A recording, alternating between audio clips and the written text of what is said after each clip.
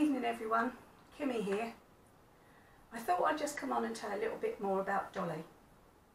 Let's talk about the first day she started work. Imagine she was about 13 years old. She'd never been away from home before, maybe stayed overnight with her gran and that was about it, but they all lived in the same little hamlet, so she hadn't been very far. So here she is, 13 years old, and now she's got to travel miles to the outskirts of London, where the manor house was, where she was going to live, with the judge and his wife and everyone else. She was really scared, very apprehensive actually, as she got into the wagon that was going to take her there with her dad. And Mum and her had a tearful farewell, and the little ones were out at play, so they didn't see their big sister leave. Maybe it's best, who knows. But anyway, they finally get there after literally a whole day's travel. They didn't stop on the way. Mum had made some sandwiches and she'd also made some ginger ale, so they were all right. Keeping in mind that she had left a very small farm cottage, nothing much bigger than a one up, one down actually, wasn't even two up, two down. They all slept in one room, parents and everyone, so it was going to be a big adventure for her. When at last they got to the gates, they finally realised this was it. The farmer who worked on the farm, he was a farm hand, not the farmer, he didn't own the land, finally realised that his baby girl was grown, and this was goodbye for a while at least, until she'd be allowed to have a weekend off perhaps, or a whole Sunday so she could travel back and see him for a couple of hours. Maybe her birthday, or her mum's or his. Anyway, eventually they opened the gates and they travelled up the long driveway. To her it seemed immense because it wasn't a track, it was proper lined, beautiful entranceway with trees all up the side, and on either side was a garden with a lush lawn. When at first they got to the front of the door, they pulled up. Now this would be the one and only time that she would be allowed to knock on the front door. The reason for that was because Mr. and Mrs. and their son Philip wasn't there. They had gone away for a week. So she'd been told she could come to the front door, and on this day they would show her around. She got down from the wagon, said a quick goodbye to her dad so that neither of them cried and showed themselves up in front of the people. She went to the door and knocked the big brass knocker. Everything was going okay until the door started to open and she felt her heart drop. She knew this was it. Dolly was no longer a young free girl who could run around in the fields, play in the hay barn with her brothers and sisters, walk their dog, Shep, couldn't do anything. Now it was just work and nothing but work. The house looked very daunting. It wasn't as if she'd been anywhere like this before. Even the church where she lived was a chapel and not a big church. The door opened and there stood the maid. As I said before, a young girl, pretty, petite, blue eyes. Dolly wasn't sure whether this girl or who this girl was.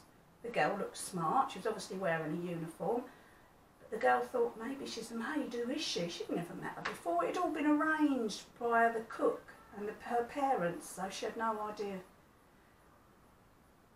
When the door opened, she caught a peek round the girl and saw that behind her, some way into the hall, was a stairs. The stairs went up, one to the left, one to the right. Two long landings. The floor was parquet, wooden. In fact, there seemed to be a lot of parquet and a lot of very expensive looking Indian rugs all through the house, which she found she would have to clean anyway, so she got to know them quite well.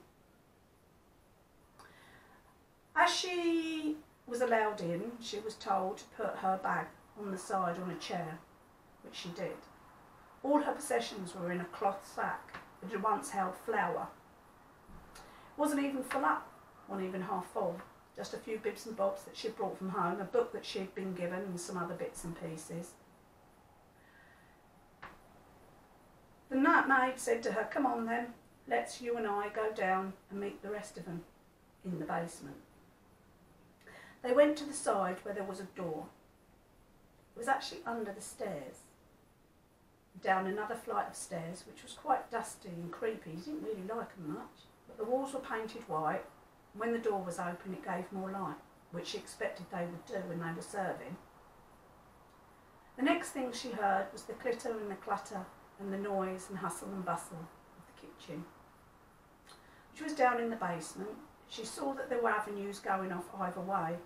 Some went to larders and the likes, some went to pantries, some went to the sitting room, which was where the servants would eat. And the other one was the butler's room, which you got called to mainly if there was a problem or an issue or he needed to tell you about something that was coming up. Not her, everything was passed down to her by everybody else.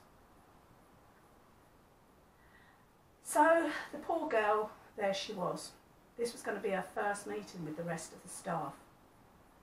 The house seemed daunting and old and huge above her head. She knew there was another 2 floors and the attic above her. What could she do? Would she settle in? Would she not settle in? Would she like these people? Would she not like these people? Who would know? Nobody would know. Not until time passed and it was time to sort herself out. She didn't really know what to do. Sorry about that, I was just putting my hand up to my daughter. She didn't know what to do. She went down and there was a long row of windows, and as she looked through the windows she could see inside all the trappings of the kitchen. People were scuttling around. One, a more portly looking woman with a small cap on her head on top of her bum, and she thought to herself at that time, she looks like she's got a plum pudding on her head. That she did know, because at Christmas it was their one treat that their mum made for them, plum pudding. They knocked on the door and somebody said, "Come in." She went in and there was the cook.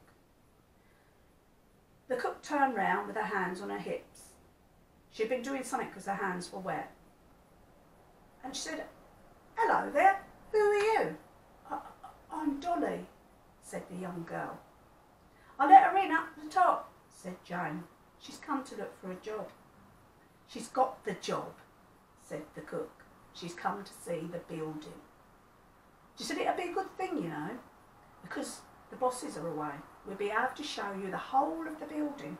But first off, my lovely, you come in here and I'll make you a cup of tea. Looks like you've been travelling. You look dusty and travel worn. Sure enough, she was. She was tired, excited, worried and upset and missed her family already. But what could she do? There was nothing she could do. This was it. She was there now. This was her arrival, an arrival as an adult and a working girl. She then thought to herself, settle into it.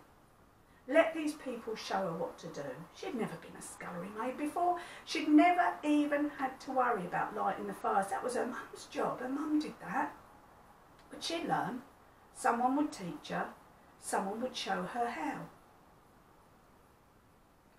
So, as she sat down for her cup of tea, she decided she'd sit and listen, be taught and learn, and that one day she could perhaps move into the position of Jane. So now we've seen her come to the house. The next time we'll learn about the house and what she saw and how she thought of it. Love you.